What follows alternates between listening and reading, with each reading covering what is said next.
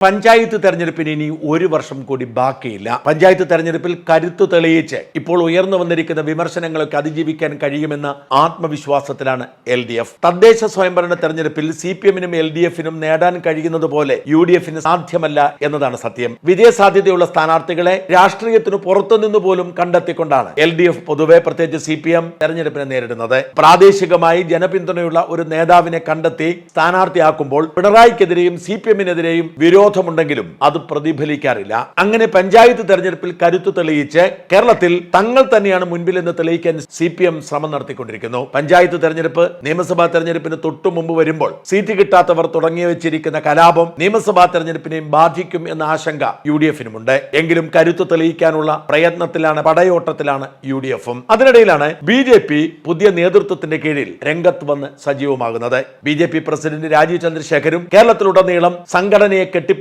തദ്ദേശ സ്വയംഭരണ തെരഞ്ഞെടുപ്പിൽ സാന്നിധ്യം അറിയിച്ച് വെല്ലുവിളി ഉയർത്താൻ തയ്യാറെടുക്കുന്നു. അതിനിടയിലാണ് കിഴക്കമ്പലം പഞ്ചായത്തിന്റെ ഭരണം ഉറപ്പിച്ച് തൊട്ടടുത്ത പഞ്ചായത്തുകളിലേക്ക് ഭരണം വ്യാപിപ്പിച്ച കിറ്റക് സാബുവിന്റെ 2020 ഒരു സർജിക്കൽ സ്ട്രൈക്കുമായി രംഗത്ത് വന്നത്. കേരളം മുഴുവനായി തന്നെ വ്യാപിപ്പിക്കാൻ 2020 ശ്രമം നടത്തിയിരുന്നു. അങ്ങനെ പലയിടങ്ങളിലും 2020യുടെ യൂണിറ്റുകൾ സ്ഥാപിക്കപ്പെട്ടു. ഏതാണ്ട് 50ഓളം പഞ്ചായത്തുകളിൽ ഇപ്പോൾ 2020 സജീവ സാന്നിധ്യമായിട്ടുണ്ട്. അവിടെയൊക്കെ കമ്മിറ്റികൾക്ക് രൂപം കൊടുക്കുകയും അവിടെയുള്ള ജനപിന്തുണയുള്ള ആളുകളെ തെരഞ്ഞെടുത്തുകൊണ്ട് തെരഞ്ഞെടുപ്പിനെ നേരിടാൻ തയ്യാറെടുക്കുകയുമാണ് 2020. രാഷ്ട്രീയത്തിനപ്പുറത്തേക്ക് ജനങ്ങൾക്ക് താല്പര്യമുള്ള നേതാക്കളെ തെരഞ്ഞെടുക്കുക, അങ്ങനെ അവർ വഴി വ്യത്യസ്തമായ ഭരണം മുമ്പോട്ട് വയ്ക്കുക എന്ന ലക്ഷ്യത്തിലാണ് 2020 പ്രവർത്തനം ആരംഭിക്കുന്നത്.